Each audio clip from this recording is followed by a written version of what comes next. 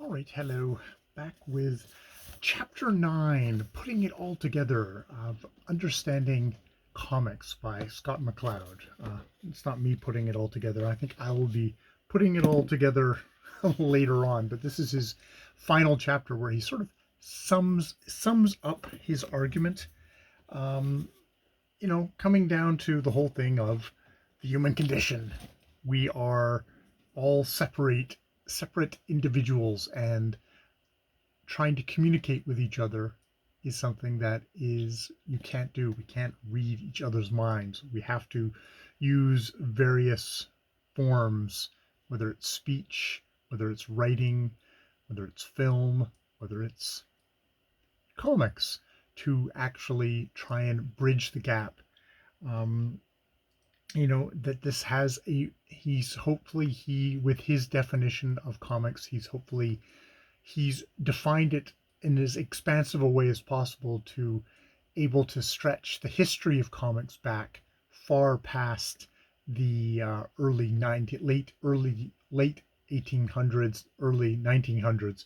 He's been able to put it far back in our history, where image and language, word and image were far more united, and just sort of the argument that out of the visual came language, and that it is still a very potent force, and that with using visual iconography and using the invisible world of language and symbols, that uniting these two together, you get a very powerful way of communication, and using like the panel of a comic and the idea of closure, that gap between from panel to panel in a sequential form, um, opens up vast vistas of opportunities for communication that go far beyond a children's picture book,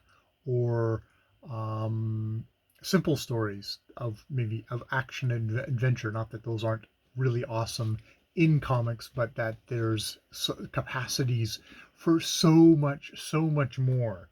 And at the end, I think this is him saying, like, I've been talking about how he's rather defensive about comics because it is so minimized, but he's also arguing that I want for people to recognize how amazing and how much more there is to be of comics, so that the field can continue to develop and expand, and reach higher and higher vistas. And that, yeah, financial stuff, sometimes short-sighted financial stuff, I think he's referring to the kind of more narrow thing of like a Marvel, DC, and comic book history, that can kind of obscure things and put things into the doldrums or stuff like that. But past that, he really believes that the potential of comics, its expressive potential, its communicative potential, is so much more. And I think that's maybe something to keep in mind of why each one of these chapters, he is definitely banged on about the history, where I think I was coming to this book as more of a how to talk about comics, how to interpret them, how to understand them, which definitely there is that there, but he also wants you to be aware of the history, and maybe some of the underlying biases that even now we can kind of bring to that field.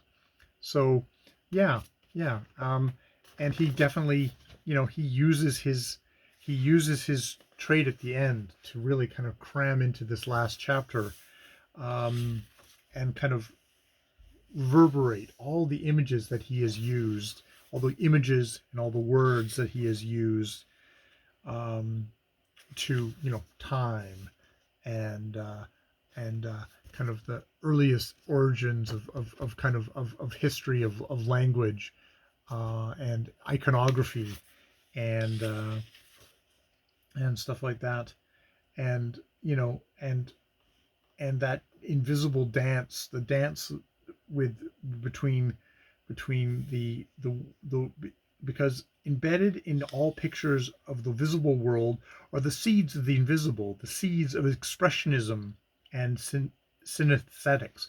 It's that using the image to express something that's not visible in a kind of the expressionistic way. How comics have developed very differently in different cultures, and how that's been a great influence on a general understanding of comics, especially in the West, because this is obviously a book in the West. Um, you know, yeah, there's the image of you've got truth, fine art, literature, and getting eclipsed sometimes by that coin of commerce, of commerce. But it, um, and just the possibilities have been endless, and him looking at kind of a universe of comics and the universe of subject matter, of of of of things to talk about, of just yeah. So it is, you know, his world, his this is the world of comics as I understand it so far. And he's saying, like, this isn't the end all be all, that the most thing importantly, he wants there to be more, he wants there to be a continuing discussion. He hopes that this is a starting point. He's like, look, I need to start this. This is him starting the conversation. I'm going to say stuff, and then I hope people will disagree with me. I hope people will discuss with me, with each other, about what comics are and what they can become. So yeah.